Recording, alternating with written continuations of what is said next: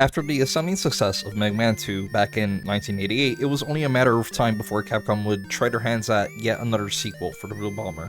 Having released Mega Man 2 only a year after the first game and judging off of the success from the sequel, you'd think Capcom would have jumped at the opportunity a lot sooner. Mega Man 3, however, unlike its predecessor, took nearly twice as long to make its debut. The game released in September 1990 took quite a lot of fanfare. Despite selling nowhere near Mega Man 2's lifetime sales, I occasionally see people online hail the third entry as the best of the Mega Man NES games, arguing that it's even better than Mega Man 2. And judging off how well renowned the second game is, that's quite the statement. Although not to the same heights as Mega Man 2, it's absolutely up there in terms of sales and critical reception. It's honestly kept me looking forward to play it. So much so that as soon as I finished playing Mega Man 2 and writing the script to my previous video, I jumped straight into Mega Man 3 to see what all the buzz was about. I don't want to rehash the history behind Capcom's plans into making a name for itself as a developer on the home console market. For that, you can rewatch my first two Mega Man videos, links in the description. But for newer viewers that are uninterested in my previous videos, here's the basic rundown. The NES was the hot new thing on the gaming market, and aside from arcade ports, Capcom tried its hand at new IPs made exclusively for consoles. One of these endeavors was the first Mega Man game, which had a wildly successful sequel that, although unbalanced as hell, was able to perform beyond expectations despite being developed by a team of 6 on their free time in under 3 to 4 months. This being one of the most famously horrendous development cycles for a game. Now, it is to my understanding that Mega Man 3 didn't do too much better on the development side. It had began development over a year after Mega Man 2, and although it seems like the team behind it had a lot more resources, it was still a nightmare, according to the character designer and the developer of the first two games, Keiji Inafune. Akira Kitamura, the lead supervisor for the first two games, had recently quit his job at Capcom. According to Inafune, the new lead that took his place didn't really understand Mega Man the way Kitamura did. Inafune also had to take over the position of main planner until the game's completion, as he had just lost whoever previously occupied said position. It would seem that many team members were not meeting deadlines, so the last 2 months of development in particular were some of the most turbulent. It also didn't help that the team was forced to bring the game out to the market before they were ready. With this in mind, I'm still excited to see what Capcom's got in store for me, so join me as I dive headfirst into Mega Man 3.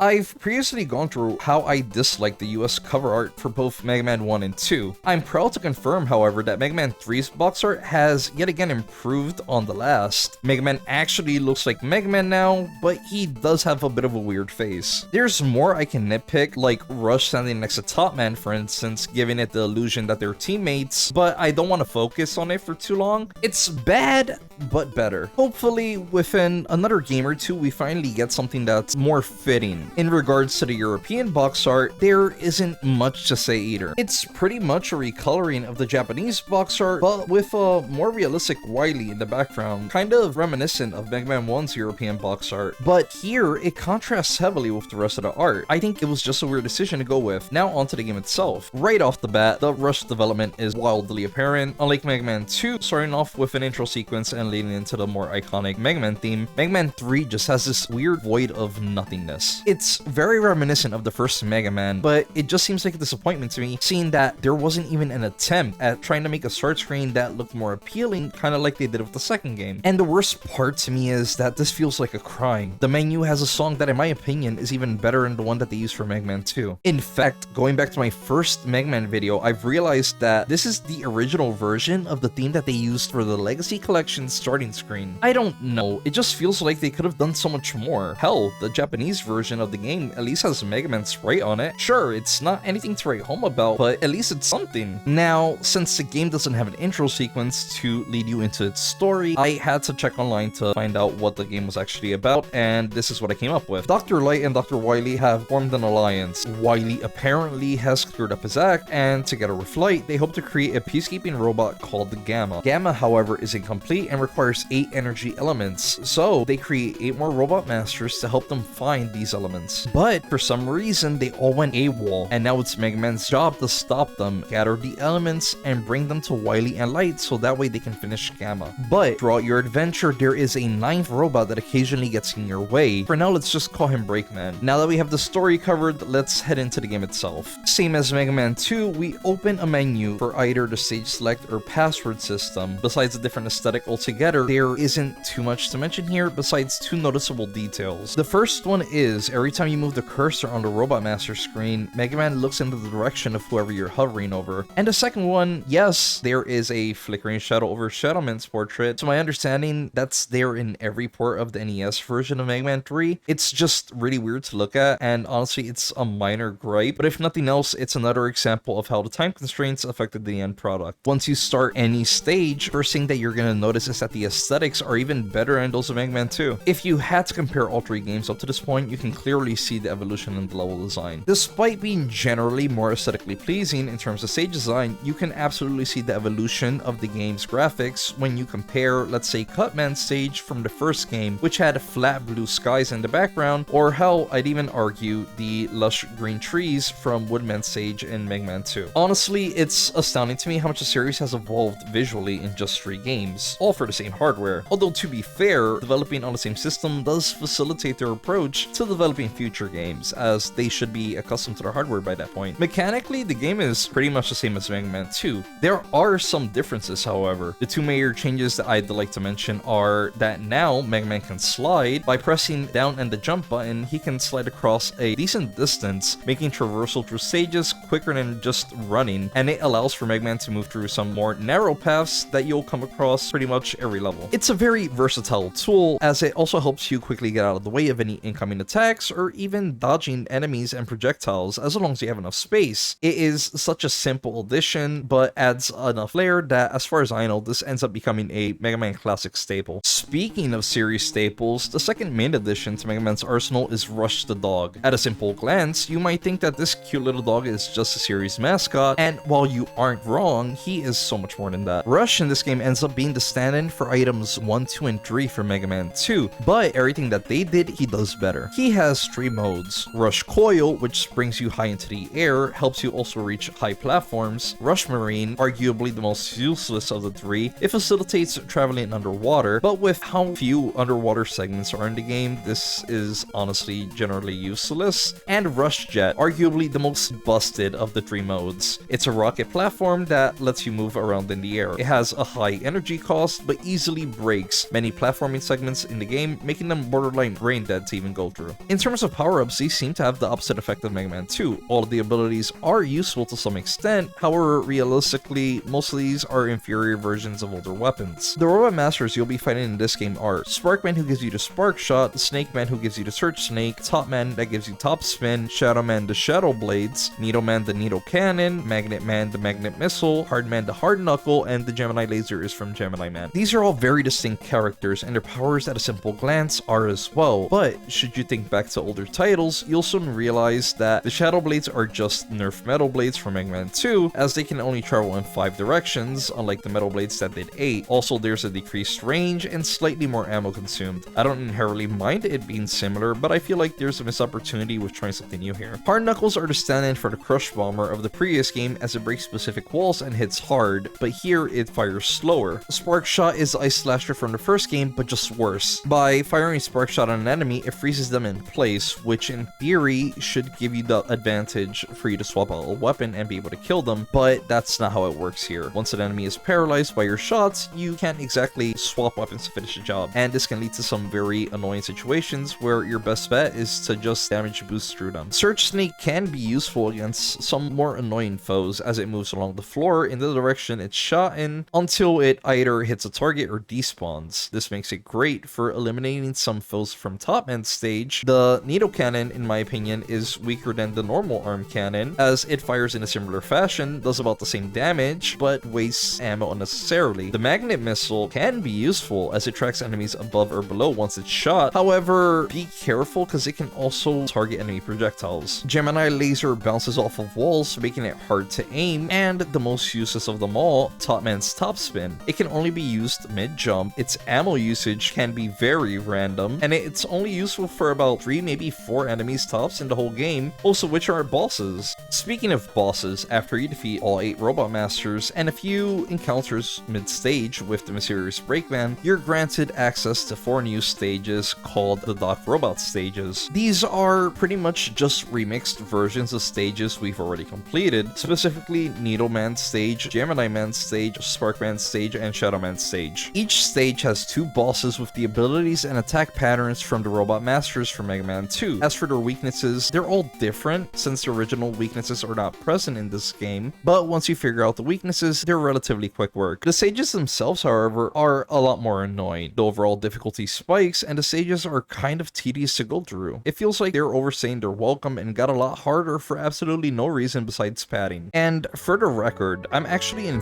favor of the added Mega Man 2 bosses in concept. I think it's cool and an interesting throwback to the previous titles in the franchise, but I'm not sure if it's because all 8 bosses are kind of back to back, or if it's just the repetitiveness of the stages, but it just feels very tacked on. I feel it could have been better if the bosses had their own unique stages based on their Mega Man 2 counterparts, or maybe if the standard endgame boss rush wasn't there at the end of Wily's Castle. Speaking of Wily's Castle, you can only reach these after defeating the 4 Doc Robot stages. They are leagues easier on the Doc Robot stages and are very generous with recovery items and E-Tanks. Speaking of which, E-Tanks got a buff. In Mega Man 2, you were hard capped to 4, but here you can go up to 9. I think it's a little overkill, but hey, if you find yourself struggling, this is more than enough to even the playing field. And before I forget, the Yellow Devil's back. He's easier than he was in Mega Man 1, but I still think he's annoying. I don't know, I've yet to find a devil fight in the series I can get behind. And as I mentioned earlier, we do have a boss rush. So far, I've never had a problem with these in the series, but with Mega Man 3 specifically, it felt like a slog to go through because we already had an extra 8 boss fights. In fact, I would argue that the Dr. Wily stages in Mega Man 3 were entirely unnecessary considering the Doc Robot stages provided more of a challenge. But I digress. Once you're done with the boss rush, now it's time to fight Wily. And I have to say that up until this point, this is probably the easiest boss fight you'll find in this game. All you really have to do is just get on Rush Jet, stand in a corner somewhere where you don't get hit, and just keep hitting the cockpit. Once you beat this Wily, you realize that it's a fake, and now you're onto the real thing. Wily has 2 phases, and both are relatively easy to handle. He takes control of Gamma, the robot that both Wily and Light were working on, and begins to attack you. All you have to do to dispatch him is just jump on top of some platform on the right side of the stage, use Hard Knuckle on the top of his head. And his final phase, if you can even call it that, is pretty much just a wet fart of a fight. Get on top of the platforms, use top spin once, maybe twice, and you're done with the fight. I'd also like to quickly mention that during Gamma Phase 1, I had a glitch that practically Dano snapped me out of existence despite still having half my HP. I was using Rush Jet on the top right of the screen, tried to swap weapons, and the level just acted like I died out of nowhere. Not super relevant, but I thought it was unusual and I couldn't replicate it, and I was wondering if anyone else had a similar experience. If you do, please tell me how you get it to work. But once Wily's been dealt with, the castle begins to cave in. Both Wily and Mega Man get caught in some debris, but just as you think all hope is lost, someone swoops in to save you. You later wake up in Dr. Light's lab, having no idea of what happened or how you got there, but you hear a familiar tune in the distance, and Light drops the reveal that Brakeman's name is actually Proto Man. After this, you get a final cutscene where Mega Man runs in search of Proto Man, while on the lower half of the screen, you see a list of Robot Masters created by Dr. Light, all of them being the Robot Masters from Mega Man 1. Number 8, Elecman, number 7, Fireman, number 6, Bomb Man, number 5, Iceman, number 4, Gutsman, number 3, Cutman, number 2, Roll, number 1, Mega Man, and last but definitely not least, number 0, Proto Man. Here, it's revealed that Proto Man is actually a prototype and Mega Man's older brother. And that's pretty much Mega Man 3. As much as I enjoyed myself, I'm left feeling conflicted with my experience. On one hand, the added slide mechanic, improved visuals, and better balanced weapons absolutely were a joy to experience, and you can tell the feedback that they got from the second game was aimed at improving an already good formula. However, the second half of the game, to me, felt like the development issues became more and more apparent. In concept, fighting against bosses from previous titles sounds real cool to me. As someone who plays a lot of JRPGs, seeing enemies from past entries as bosses in newer games is a type of fan service that I thoroughly enjoy and can absolutely get behind. But having them reuse the base Robot Master stages just feels weird and out of place. They could have easily made levels reusing assets from Mega Man 2 just to make things feel different from the level that I probably beat just a few moments ago, and made them more thematically suited for their respective boss. Also, the difficulty and consistency is something I've yet to fathom. I understand that the Doc Robot stages should be harder than the base stages, but I need someone to explain to me why it's harder than Wily stages by comparison. Difficulty regression, as I call it, just makes the sudden increase between base stages and Doc Robot stages feel unbalanced, or artificial in a sense. Just in general, the second half of the game made it apparent how Capcom was struggling with developing the game. Thinking back to my time with the game, I've come to realize that Mega Man 3 is a great game and is a worthy successor to Mega Man 2 in pretty much every aspect. It took chances on trying to spice things up for the formula, and that's admirable. However, despite trying new things and presenting some admittedly cool ideas, it feels like the game and the devs were a little too ambitious for their own good, even more so when looking at their tight dev cycle. That said, it improves on already established concepts and finishes introducing the final pieces of the Mega Man puzzle that shaped every future entry for the classic series. I don't think it's worse than Mega Man 2. In fact, I mentioned earlier that there were definitely improvements to the game, but I'd still hesitate to say that it's better as well, although from a mechanical standpoint it absolutely is. I just wish the ending segments were a bit more consistent. The Doc levels could have been designed differently, sure, and Gamma is absolutely a disappointing final boss, but if that's all I have to say about a 30-something-year-old NES game, then it's clearly nowhere near being a bad experience, and is worth at least checking out for yourself. But hey, these are just my opinions on the game. What's your take on Mega Man 3? Do you think it's better than Mega Man 2? Do you think it's worse? Do you have any fond memories of playing this back in the day? I'd love to hear what you guys have to say in the comments below. Before I head out, I wanted to thank you guys so much for the support and feedback on my Mega Man 2 video. It's done better than I had hoped, and I'm glad the reception's been mostly positive. That said, I'm always looking for feedback and would greatly appreciate any tips or criticism on my format. Subscribe if you haven't already, and click the bell to receive any notification on future uploads. You can also check me out on Twitch. I'm usually a bit more active there, and I'm likely playing games that I'm either still uncomfortable with reviewing or have no immediate plans to make videos on. Again, I appreciate you guys a lot. Take care, and hopefully I see you in the next video. Goodbye.